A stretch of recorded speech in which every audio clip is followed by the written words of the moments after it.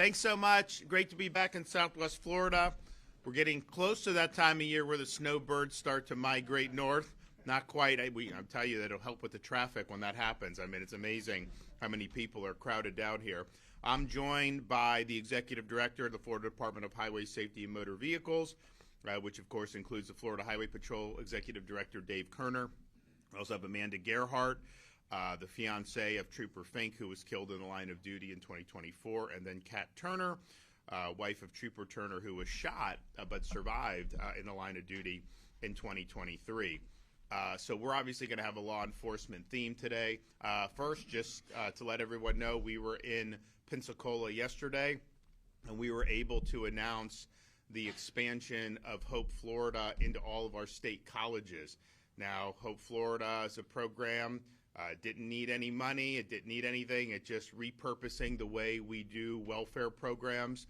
Instead of trying to foster a culture of dependency on government, we've enlisted churches, charities, individuals, businesses to be able to help people in need. And so our folks who work in government now, rather than be trained to try to find all the government programs they can get people on, they're trained to navigate the person in need and to link them with all these other resources throughout the community. And that's how you do a pathway to self-sufficiency. So just in a couple years, the program's gotten 30,000 people off of welfare and saved $100 million. Now that's really what it's all about.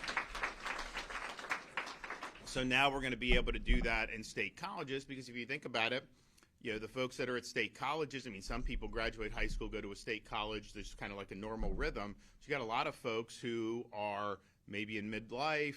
You got single moms that are trying to get more skills to be able to provide for their kids and all this stuff. And sometimes you can fall on hard times. So now you're going to have a liaison at all of our state state colleges, and they're going to be able to link folks to all the great resources that are, you know, the thing about it is, and I kind of learned this in the military, you know, when you leave active duty, and I didn't need anything, I was fine, but they give you like this packet of like, oh, here's like veterans resource, and like you don't understand, it's like mind-numbing bureaucracy. So a lot of times people don't know where to look, and so the job of the HOPE program is to really link the folks in need with all the great resources. We got a great state. We got a lot of folks that want to be active to help people, particularly our faith community, and we need to utilize it, and we are utilizing it. So we're really excited about that announcement. We're also excited to be here with the folks who serve in uniform. It should come as no surprise to anybody who's been alive for the past 6 years that Florida's a law and order state. We believe in supporting the people that wear the uniform. We believe in holding criminals accountable. The result has been our crime rate is at a 50-year low. You didn't see cities burning down during the BLM riots here. When Hamas tried to take over roads in Orlando and Miami, they were removed in 11 and 13 minutes respectively, including by Florida Highway Patrol in Central Florida. We don't let the inmates run the asylum. We're not going to let people's quality of life be destroyed because we're embracing toxic ideologies and the woke agenda. And we've been very clear on that. You remember back when they were talking about defunding police. We said, of course, we're not going to do that in Florida, although I'll have more on that in a minute. But we also passed legislation preventing local governments from defunding police, because you could have three bozos on some city council vote to fund police, and at that time it was considered fashionable to do. You were celebrated in certain corners, but I'm not going to let those three bozos cut off a city's nose to spite its face. Like, we're going to make sure people are safe. So we did that, and we basically quashed the whole defund the police movement in Florida all the way back in 2020. I mean, it died here and never really got a foothold. We've also done things to make sure that when you do have disorder, that officers are protected. We have the strongest anti-rioting legislation in the country. You can say what you want, you can peacefully demonstrate, but you don't have a right to commandeer other people's property. You do not have a right to block traffic, and you don't have a right to harass people, and you certainly don't have a right to launch attacks at law enforcement. So if you do those things, you will be held accountable in the state of Florida, and that makes a really, really big difference. we saw the difference between Florida and many of these other jurisdictions. I remember I was in Southern California a couple years ago, and I talked to a police chief in like a nice part there, and I'm like, how's it going? He's like, I'm doing great, but just all my police officers now want to move to Florida because they saw the difference in terms of what was going on. So we saw an opportunity to capitalize off that. If Seattle's going to treat their law enforcement personnel poorly, we want people to know we'll treat you good. Chicago, all these other places. But we also wanted to send a message to young people in Florida that this was an honorable profession to pursue, and to be in law enforcement was a good thing. You know, it used to be if there was an opening at a sheriff's department, you know, you'd have like massive numbers of applications, and then that has changed over the years. I think part of it is because law enforcement's been denigrated by legacy media outlets, by activists, and all these other things. And so we said, no, we want to make sure. So we did a bonus program. All recruits, whether transferring from out of state or new recruits in state, are eligible for a $5,000 signing bonus right at the top. So if you're somebody that is just getting kicked in the teeth every day by the climate in Chicago or something, you come down to, say, Fort Myers or Lee County Sheriff's, and all of a sudden you get a $5,000 bonus immediately, and then you get to work in a community that actually appreciates what you do. This $5,000 bonus also applies to state law enforcement, so you can do highway patrol, you can do Florida Department of Law Enforcement as well. We also, during the COVID, you know, they're sending all this money they printed trillions of dollars sending this money. They sent a bunch of money to the states. We got less because we had low unemployment. California and New York got more comparatively. But, you know, a lot of this money, I would have rather them just keep it and pay down the debt.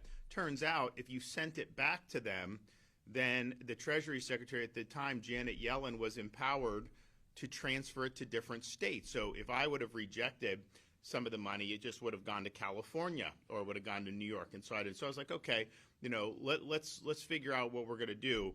So we did 3 years in a row a bonus program. All sworn law enforcement, firefighters, and EMT got $1,000 after-tax bonuses 3 years in a row. Now, $1,000 doesn't pay for as much as it used to with an era of inflation, but I think when people got the check in the mail, like, well, heck, the state of Florida actually appreciates what I do. And so that was a small token, and we were happy to be able to work and get that through. So we've done a lot. We've done law enforcement scholarships, and it's been really, really good. But we're now in this situation where we have a very successful track record in Florida about how we've approached a whole host of these issues. Obviously, if you look at why people have moved here, and I'm not asking anyone to move because we've got a lot of people and we've got a lot of issues we got to deal with. Trust me, we're putting money into infrastructure in Southwest Florida, and we're moving projects ahead of schedule, but it's tough. It isn't easy. So there's a lot of challenges with that. But the reality is it's a free country and people vote with their feet. And if you talk to people who've been moving here recently, but particularly kind of post the BLM summer and the defund the police stuff, a lot of people would say public safety. They wanted to be in a state that really put a premium on public safety. So we were right about how we approached that. If you look at what we've done on things like fighting the woke and defending parents' rights in education, this has been something that's been really, really important to a lot of parents. I mean, I've got young kids. You don't want your kids showing up at first grade and being indoctrinated and being told that they can change their gender. That's inappropriate, and we had to fight a lot of people, including a big company in Central Florida, some of you may have heard of before, in order to do that. But it was the right thing to do. We also said our colleges and universities are not going to be indoctrination centers, that they should be educating. We want a classical approach to higher education. We don't want the imposition of ideology like at Columbia University and Harvard and all these places. We want to really teach people to think for themselves, to pursue truth, and ultimately to be good citizens of this republic in years. So we've had to do a lot to overhaul that. We eliminated DE&I. We were the first state to do that. We have all tenured professors now have to undergo review every 5 years and can be terminated for poor performance. We even allow university presidents and trustees to hire faculty directly from other universities without allowing the existing faculty to veto those people, because if you don't toe the ideological line, a lot of the existing faculty, will not want you there. So we've made huge strides in that, and many other things. And a lot of people, obviously, if you look at the electoral track record, it's been very successful. When I became governor, this was considered a purple state. One-point races were kind of the norm statewide. We had more Democrats than Republicans by hundreds of thousands, and we had a Republican majority in both the House and Senate in Florida, but we didn't have supermajorities. Now, we've got 1.2 million more Republicans than Democrats. We have the biggest supermajorities we've ever had in the entire history of the Republican Party. And the reason why you got that is because people responded to the leadership that we've provided. They've responded to the results. They've responded to the policies in a very, very good way. And so I obviously, ran for election in 22 on the record. We got a resounding victory. A lot of people ran in the House and Senate on the same record. But what's going on in Tallahassee right now with the Florida House of Representatives is really treacherous, what they're doing, because they all ran on this agenda. They never ran against law enforcement. I can tell you that, because they would have shown the door by the voters if they had done that. They never ran on trying to overturn our reforms in higher education. They never ran on joining with Democrats to try to manufacture smears against the administration, the governor, even the first lady. They've tried, to do that on. They never ran on any of that stuff. But that's what they're doing. They are not doing what they told you they would do. They are effectively stabbing the voters in the back with this really, really terrible agenda. And the agenda seems to be two things.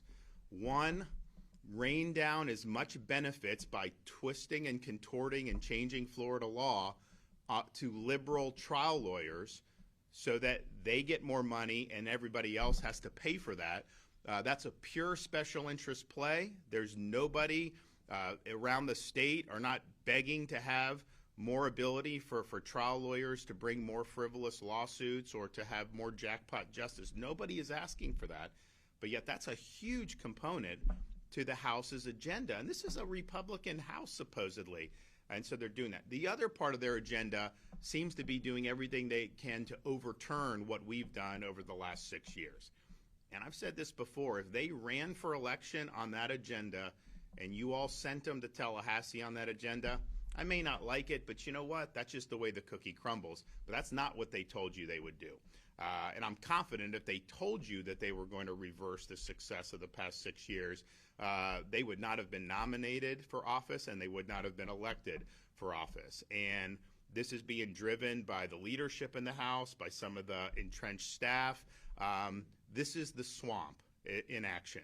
This is the swamp trying to strike back after 6 years of success, after Florida being the model state that so many people have sought to emulate, not just moving here. We will take cadres of people will come and visit Florida. We have people that are mimicking Hope Florida in different states across the country. These House members, a lot of them, they make fools of themselves. They don't even know what the program does. It's clear they don't know what they're talking about. And yet, how come someone from Iowa knows and is now implementing that there? We have people that come to talk about and try to mimic our reforms in education, K-12 and higher education. They're trying to undo that. So the results speak for themselves. They're trying to, and I mentioned this yesterday, they actually have a bill in the Florida legislature that will serve the purpose of undoing the conservative reforms that we've instituted in higher education. They want the universities to be able to pursue a leftist indoctrination agenda. And they actually cut the governor out of the process because they know that I am your voice of the millions of Floridians who sent me here to be able to ensure that these institutions reflect your values and the best interests of the state. They want to cut that out. They want to reverse course. That was not anything they campaigned on. It's not something that they can justify in any meaningful way. They can try to give you talking points, but they can't do it. And I'm just thinking to myself, like, seeing some of this agenda, they actually tried to push through, maybe it's dead, this carbon sequestration. That's part of Biden's Green New Deal. I don't want Biden's Green New Deal in Florida, especially when you have almost a 3-to-1 Republican advantage in the Florida legislature. But I think what it's showing is these party labels, when you have one party that dominates like we have under my tenure, the party label means a little less because people who don't share the values know taking on that label is their pathway to power. And so they'll take on the label, chief power, and then they actually try to overturn the agenda that got them there in the first place. And that's what's going on, which brings us to today. No state was stronger against defunding the police and standing up for the men and women who wear the uniform than the state of Florida. And that has been true under every single Speaker of the House I dealt with my first 6 years, under every Senate president I dealt with over my first years. And honestly, it also includes the current Senate president, President Albritton, who's been very supportive of law enforcement. And yet, you have the House is pursuing this budget that is reversing all the momentum we have when it comes to supporting our state law enforcement. So this budget, we know it's harder to recruit troopers because we need to increase the trooper pay. And I've proposed to do that. We have done that, but we got to do more. Their budget defunds the raises that we had set for law enforcement officers in the state of Florida. Their budget cuts 84 current state trooper positions, which, oh, by the way, I don't think the workload is going down in Florida. You got a lot of people, and in fact, it's definitely going up because of my immigration reforms that have required state and local to assist with immigration enforcement and deportation efforts. The Florida Highway Patrol is part of this federal 287G program, where they're actively working with the federal government to identify illegal aliens and get them out. And so why are you cutting positions? They even defund the ballistic armor that the Florida Highway Patrol needs to be able to do their job effectively. So you want to talk about a Republican supermajority? This is a donkey in an elephant suit when they're going after law enforcement. This is not what they campaigned on when they sought your vote. You elected this House under false pretenses. They didn't tell you that they were going to throw away their principles and just follow whatever the leadership told them to do.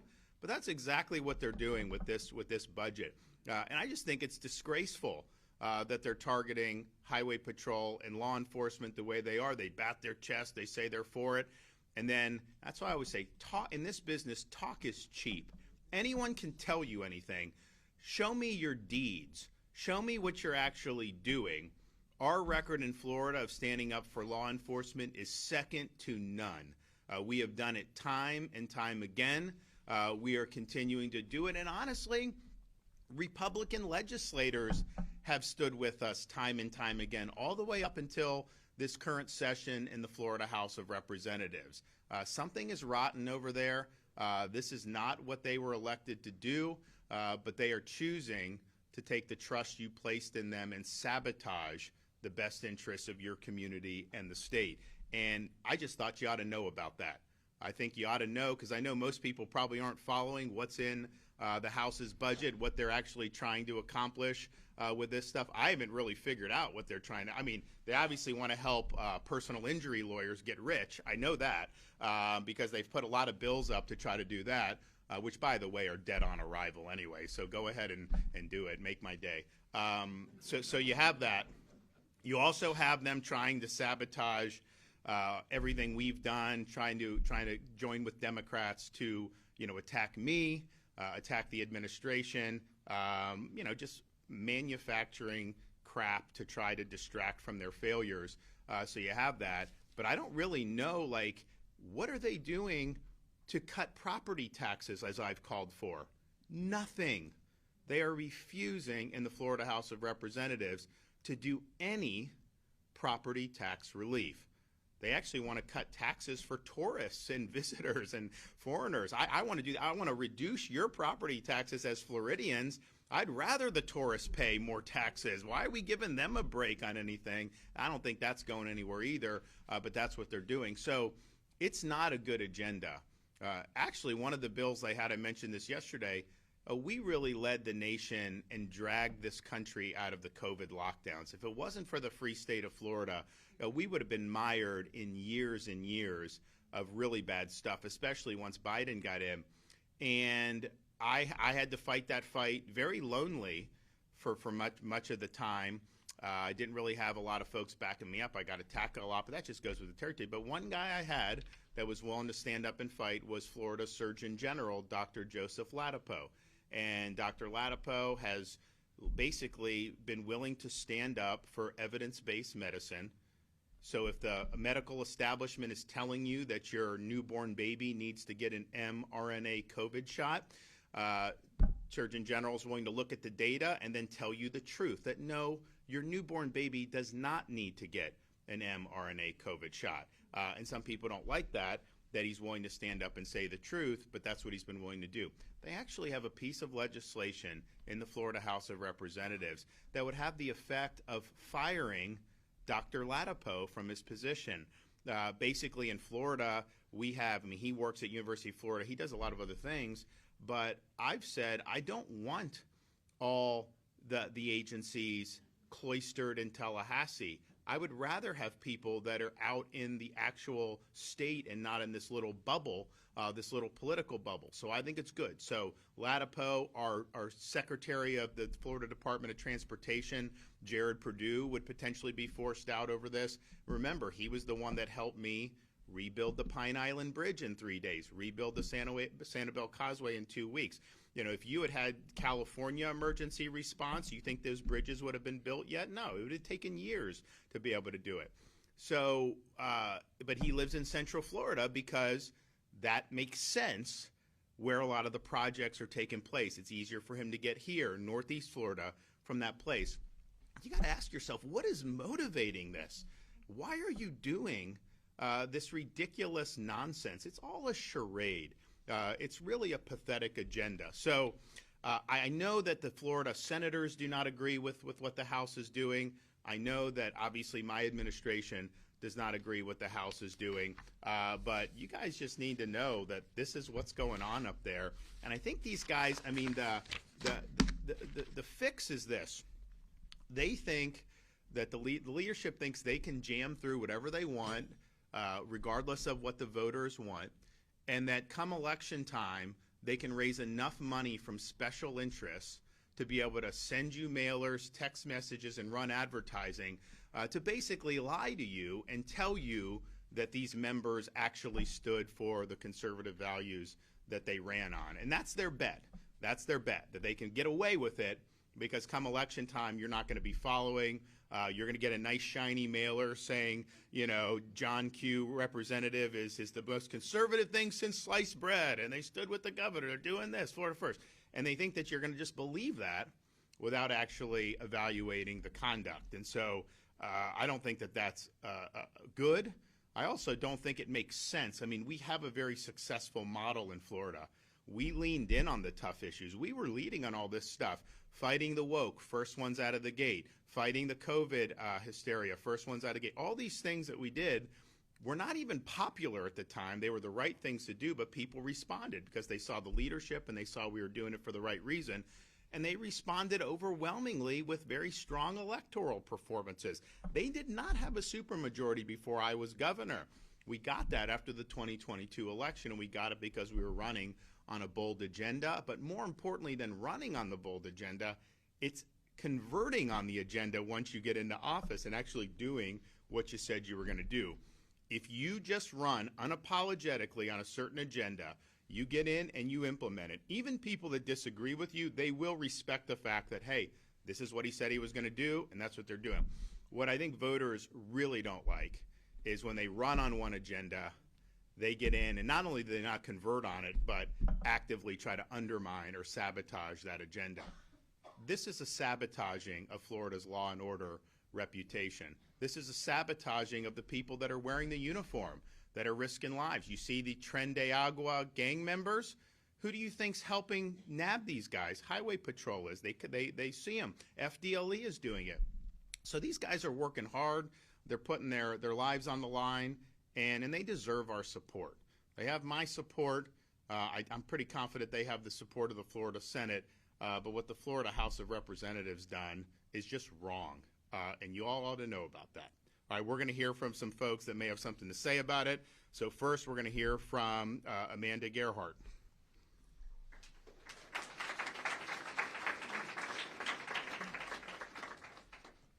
Good morning. My name is Amanda Gerhardt. I would like to thank Governor DeSantis for joining us today and for fighting for our brave men and women in law enforcement. In 2020, my fiancé, Zachary Fink, proudly became a state trooper with the Florida Highway Patrol. He worked in Troop D, Brevard County, for 2 years before transferring home to Troop L, St. Lucie County, where he was assigned the night shift. In the early morning hours of February 2nd, 2024, I received a notification that someone was at the front door. I hurried out of bed and rushed to the door, and when I opened it, I saw 2 troopers standing there. I always asked Zach, how would I know if something were to happen to him? He said, you would know. There would be 2 troopers standing at your door. I will never forget the look on their faces. I knew what they were going to say next. That my Zach was in a very serious crash and was killed in the line of duty, protecting our community, trying to apprehend a fleeing felon. In an instant, my whole world fell apart. Over the last year, I have worked so hard at healing my heart and soul from the loss of Zach. I have made a lot of progress. So much progress that when Director Kerner discussed with me the opportunity to put my efforts into bettering the lives of state troopers and their families, I was ready to try to make some good happen from the devastating loss I experienced. Today, I am here to tell the people of Florida that I am ashamed at the actions of the Florida House of Representatives. I cannot understand, and no one can explain to me why, in the great state of Florida, the Florida House of Representatives is defunding the police. Why are they trying to cut 137 state trooper positions? Why is the House of Representatives cutting funding for ballistic protection for our troopers? They even cut funding to replace patrol cars that have over 100,000 miles. All of this puts troopers in real danger at a time when we should be doing everything we can to support our law enforcement. I was not expecting to be received as a hero when I went to the Florida Capitol. However, I also did not expect state representatives to refuse to meet with me, tell me that they are busy, and to call back after session is over. And I certainly did not expect to see efforts to undermine and hurt our law enforcement officers. Despite the obstacles that are put up against our brave men and women by the Florida House of Representatives, I am deeply committed to making sure elected officials do not succeed in defunding the police, while at the same time campaign on being supporters of law enforcement officers and their families. I would like to say thank you to Senate President Ben Albritton, who I had an opportunity to meet with. President Albritton and his fellow senators really have stepped up to the plate and made meaningful progress for our state troopers. And to Governor DeSantis, Director Kerner, and Colonel House, thank you for everything you've done to fight for our state troopers. Even though the Florida House of Representatives are trying to undermine our success, your commitment and dedication to our brave law enforcement officers and their families is deeply appreciated. Thank you.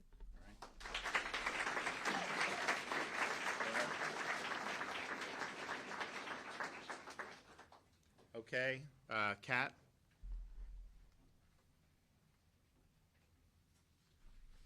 Good morning. I hope that you'll extend me a bit of grace, as this is not something I do often or ever. And if you can't see me, well, sorry, I'm short, and they didn't give me a step stool, so here we go. Good morning, and thank you, Amanda, for your dedication in the face of such painful loss to bettering the lives of our state troopers and their families. I join you, Governor DeSantis, and Director Kerner in this honorable mission we have before us. My name is Kathleen, or Kat Turner, and I am the proud wife of Stephen Turner and mom to our son Noah. Stephen has been a state trooper since 2019 and recently received both the 2023 National Trooper of the Year Award and the 2024 Florida Highway Patrol Trooper of the Year Award. It was truly an honor to receive such accolades, but unfortunately neither has come without a reason or a cost. On February 4th, 2023, when I was 17 weeks pregnant with our son, I received an iPhone alert at 3:46 in the morning that my husband, who was out on the midnight shift at the time, was in a traffic crash. I jolted awake and immediately knew something was wrong. I had no idea what was going on. I couldn't get in touch with him. Eventually, I was told that Stephen had been flown to a hospital in Tampa as a result of an accident. At this point, I still thought he'd been in a crash.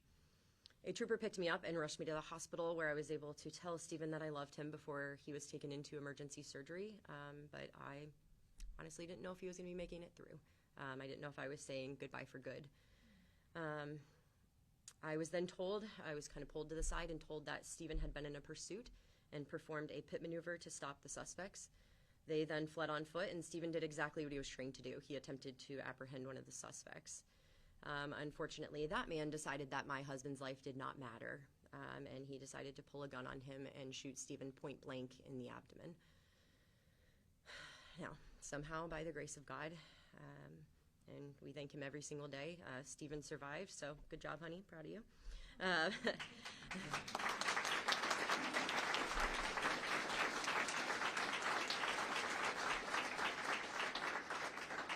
Thank you. He began his long recovery process, which we are still working through today.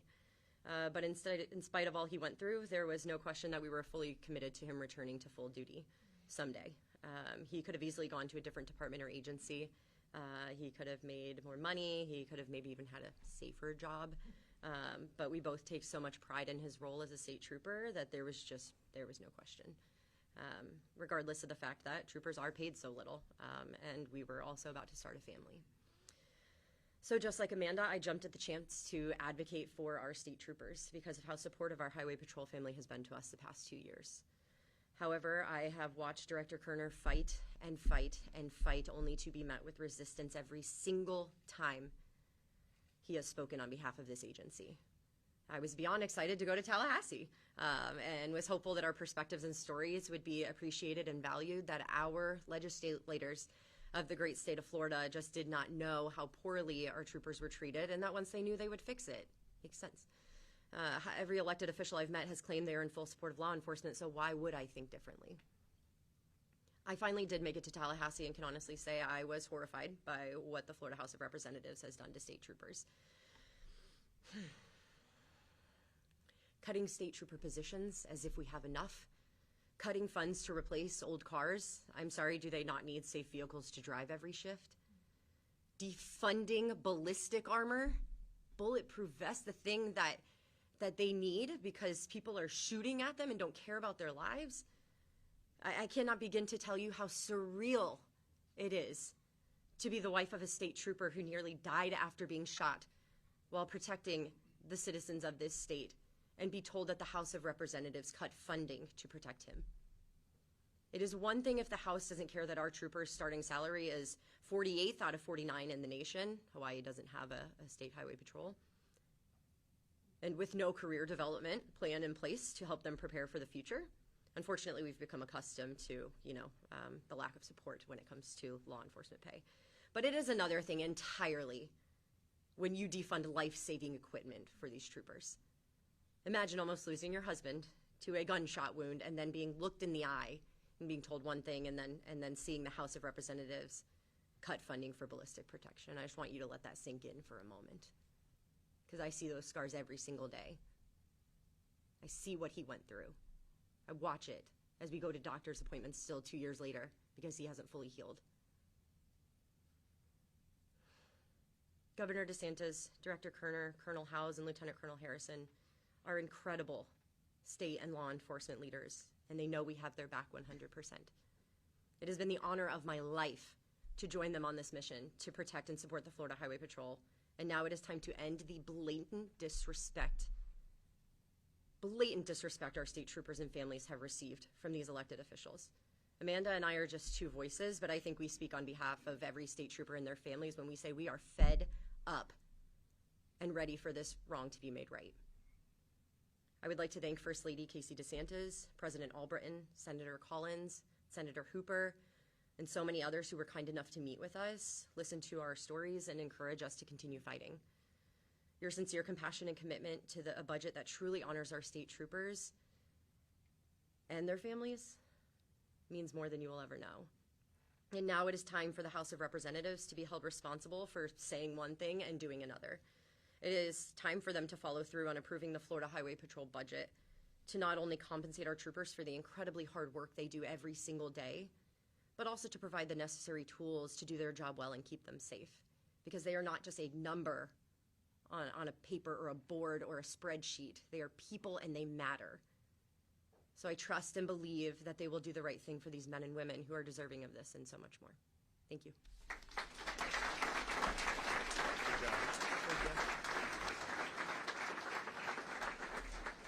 Well, thanks for that. I'm going to bring up Dave Kerner in a second, but just to kind of put a little bit of a bow on this. So, the House, they may say, oh, well, we got to reduce spending. We're spending too much. First of all, your state, since I've been governor, we've quadrupled the state's rainy day fund. If you look at all the debt we've had in 180 years of our entire history, we've retired 41% of it just since I've been governor. We have the lowest number of state employees per capita in the entire country and the lowest per capita debt per capita in the entire country. And so we were Doge before Doge was cool. We've been doing this as a matter of course. It isn't like we're spending willy-nilly here. But the whole premise, if that's what they're going to tell you, is just false. But we can also look at their actions. So this is what they want to do: defund ballistic protection, all this stuff for Highway Patrol. But what have they done this year in the Florida House of Representatives? They've actually voted to undo $60 million in cost savings that I instituted in the budget last June, including $56 million for themselves in the legislature. So this is stuff that had already been decided in current year budget. We're almost done with the fiscal year, which ends June 30th. And they're not focusing on cutting your property taxes. They're not focusing on ending the condo crisis. But they are voting to undo spending reductions that I made through the line item veto last June and add, this is pork that they voted to add into the budget. So this idea that they're fiscally conservative is a joke, because if you were fiscally conservative, you would have applauded me for instituting those cost savings. You wouldn't have gone and tried to undo the cost savings, and that's exactly what they have done. Dave. Thank you, Governor. My name is Dave Kerner. I have the honor of serving as the Executive Director of the Department of Highway Safety and Motor Vehicles. And, of course, I get to work with the Florida Highway Patrol, and there's really not much more for me to add after following two passionate, persuasive, and focused young women who have experienced tremendous loss and an injury in the case of Trooper Turner. They spoke directly to you. There's nothing that I could add to that is more compelling. I also followed my boss, the governor, who has, of course, over the last 6 years made the most compelling case about the importance of strong executive leadership and effective leadership. But I did want to take this opportunity just to kind of give a little bit of context as to what my role is in this process and why we have these items listed here, and just give, for a minute or two, a little bit of color. First of all, thank you, Governor, for your leadership. There has never been a time in my 2 years as the Executive Director that I've gone to the Governor and said, we need X, Y, or Z, and he hasn't had the back of our state troopers. These men and women in uniform, they served in Texas, they served on the border, they engage in just incredible amount of very dangerous duties that they have on a daily basis. And my public career and my public service started just like Amanda and Kat's. I started as a law enforcement officer at the age of 19, but really I always say I started my public service as a family member, the son of a police officer. And so the wives and husbands and children in law enforcement serve right there with these men and women in uniform, and they face the dangers and risks that their husbands and wives are exposed to. So if we could just give these troopers and these public servants here a round of applause for their service.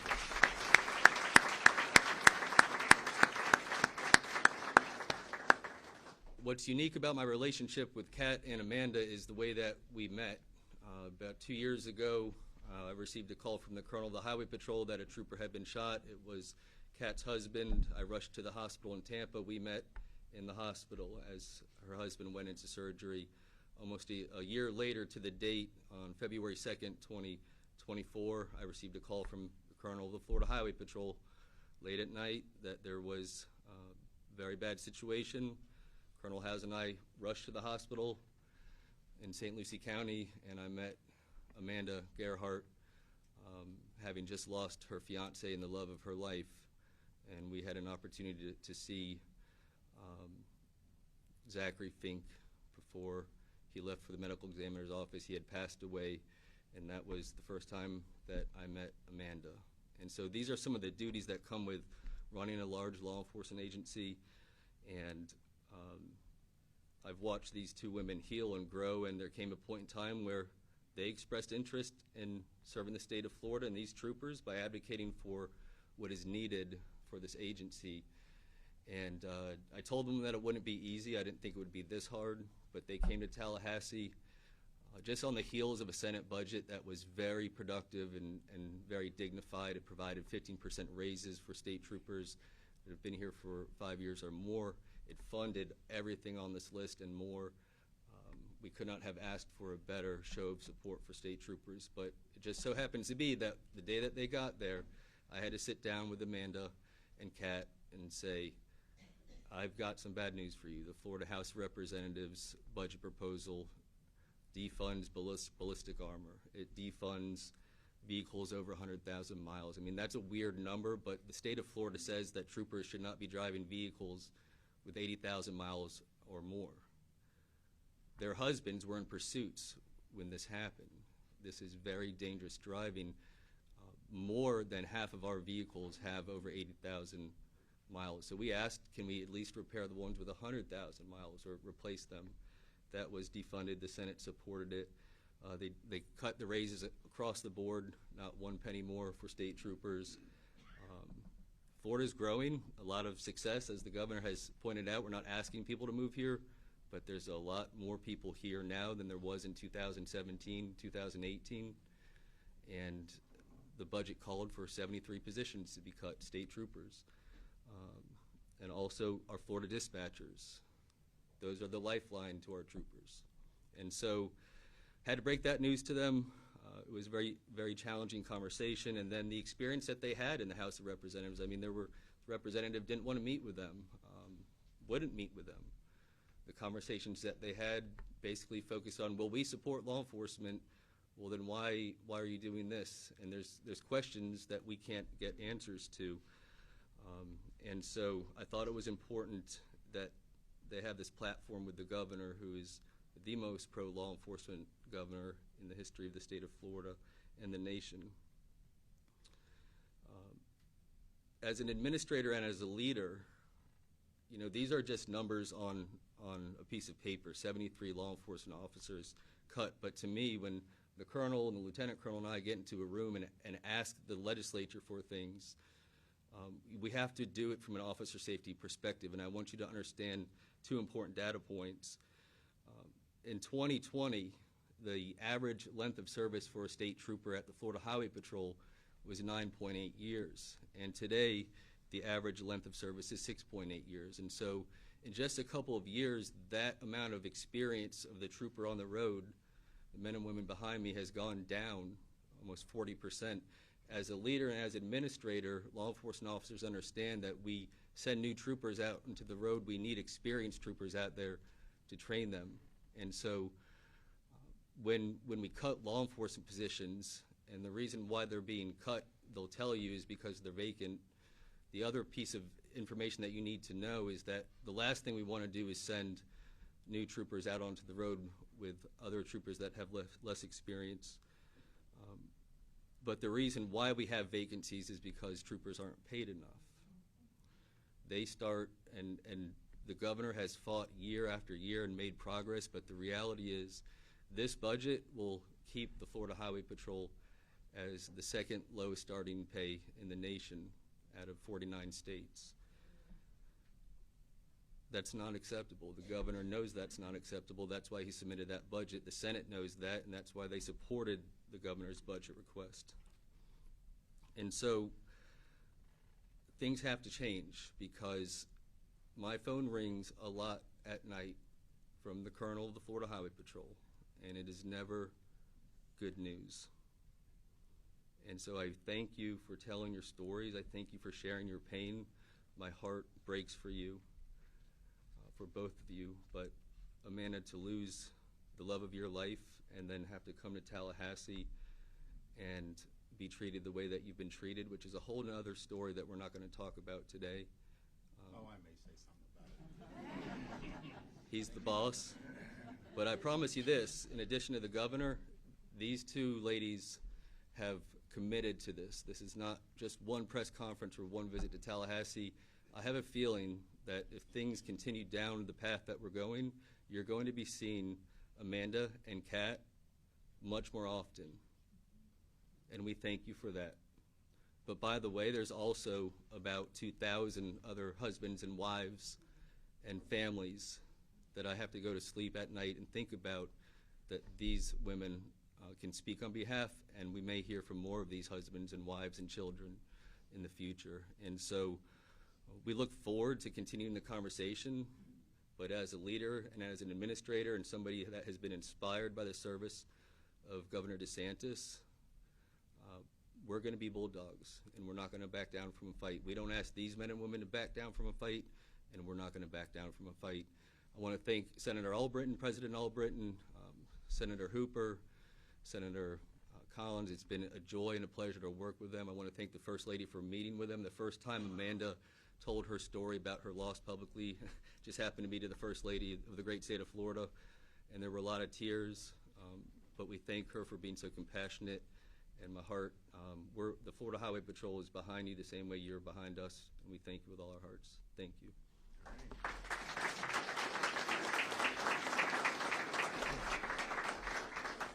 You know, look, I think there can be things that, you know, these sometimes little things get blown out of proportion, but I do think it's telling that you have two, you know, one who lost her fiance, another whose husband got shot, and they want to meet with legislators, and these senators are meeting with them, but the House members told them to go fly a kite.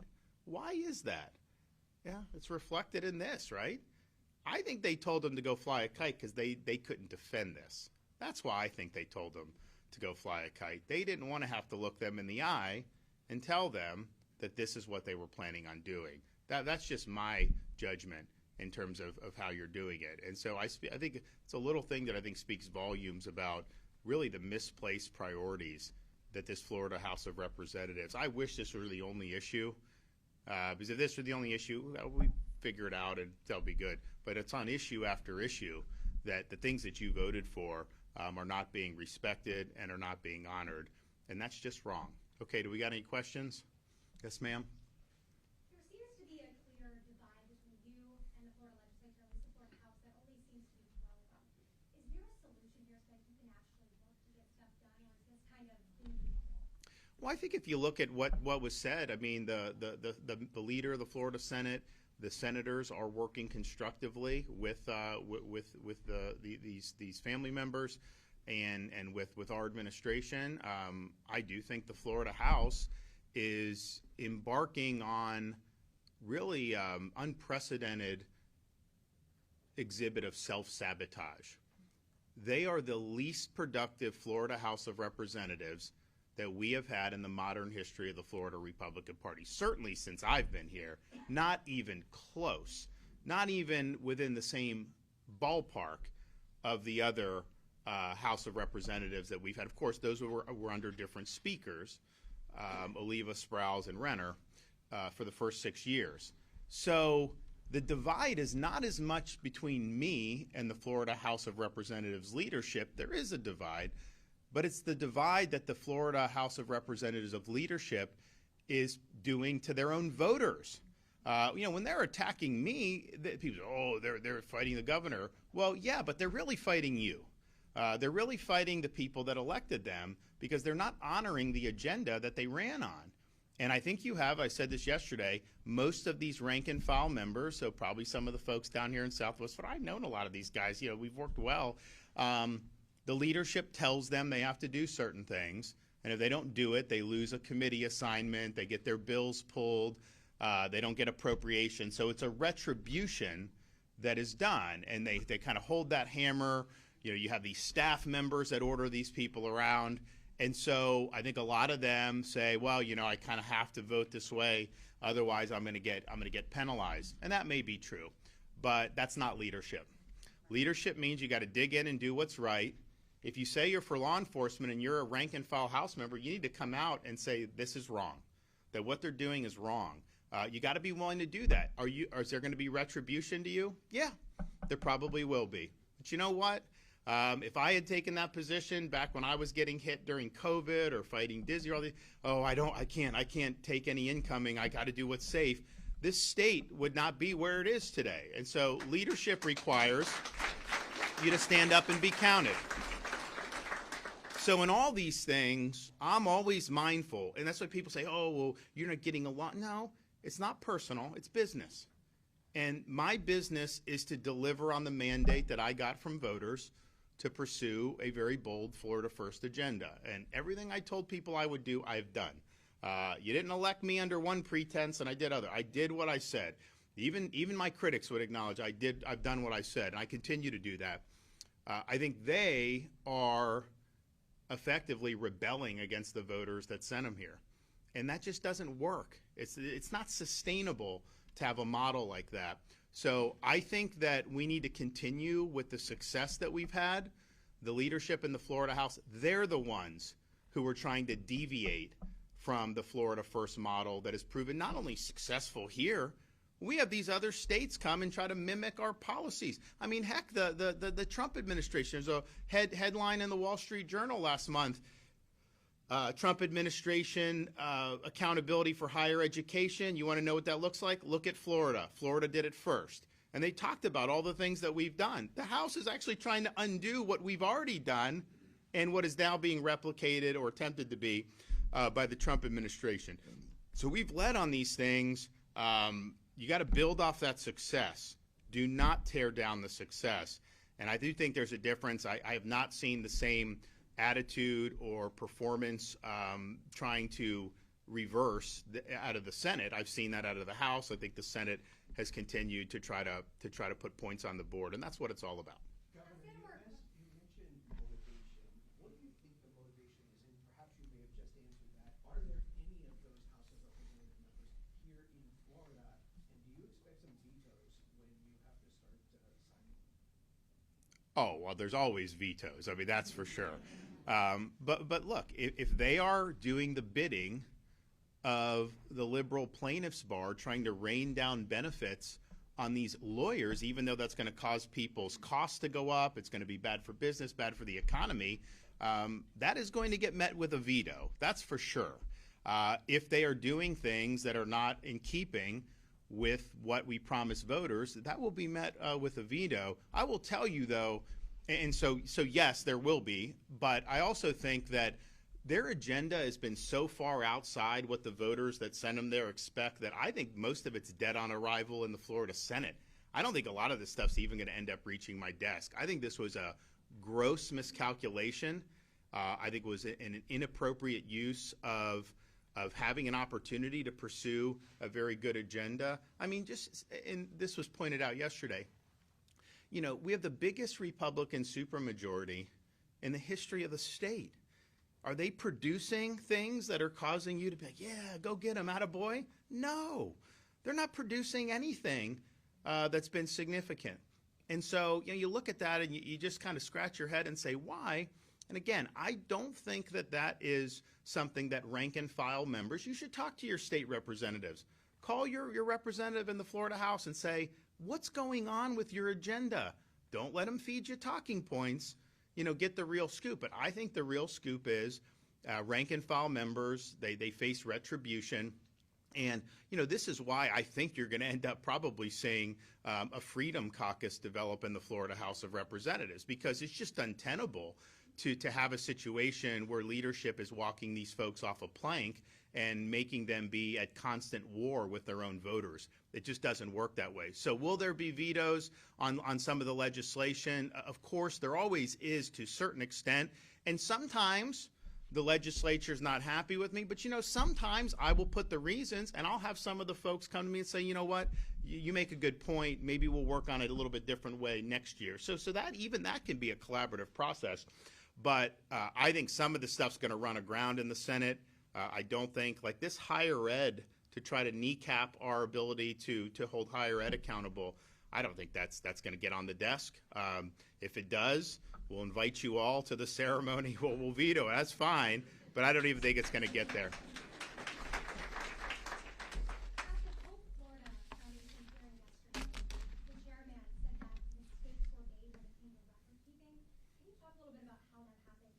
No, because it's a private charity. It is not the government. This is why I think, first of all, the whole thing that the House leadership's doing is a manufactured fraud. This is a hoax. They are trying to smear one of the most successful programs anywhere in the country, which is our government policy. It's not an associated charity. It's our government policy that has gotten 30,000 people off of welfare and saved $100 million. But more important than that, it's actually given people hope. It's given them meaning. It's put them on their feet, and people know who are in need that there's actually people in the community that care about you. And it may be the church, it may be a charity, it may be some of these other things, but that's the name of the game. So that's what this is. And a lot of these members, they didn't seem to even know that Hope Florida was the state policy, and that Hope Florida was not necessarily this direct support organization, which has supplemented the mission. And it's given grants to charities. It's given grants to Hope Navigators. There have been different things that has been done, which has been helpful and continue. But that is not the Hope Florida program. It is not operated by the government. It's a private group. And so, they can talk about, how they did all that. But I could just tell you this. Hope Florida has changed lives for the better. Hope Florida, because of the First Lady's vision and leadership, has made a real difference in our communities. And there's some people that are threatened by that. There's some people that don't like that. Maybe it's because it conflicts with their vision of government first. Maybe they just don't like seeing other people have success in the political sphere. Maybe they have their own agenda or their own axe to grind. But I can tell you the program has been fantastic. The DSO has provided support for anti-drug efforts, grants to charitable organizations, as well as bonuses to our Hope Navigators, which has made a difference in the lives of the navigators who are working hard to kind of come to terms with a new approach, which I think is exciting for most, but it's also different than what they had been doing before. So, for some of these Republican leaders to be joining with liberal Democrats and liberal media to manufacture smears against Hope Florida, against me, against the First Lady, it just shows you they are not on your team. They are not doing what they said that they would do. So I thought the whole thing yesterday was a total flop. I think that these are people that are just desperate for any type of attention that they can get, but they're not doing the people's business. And I can tell you there's nothing coming out of the Florida House of Representatives that is going to rival the success that Hope Florida has had in any way, shape, or form. All right, thanks, guys. We'll see ya. Thanks, guys.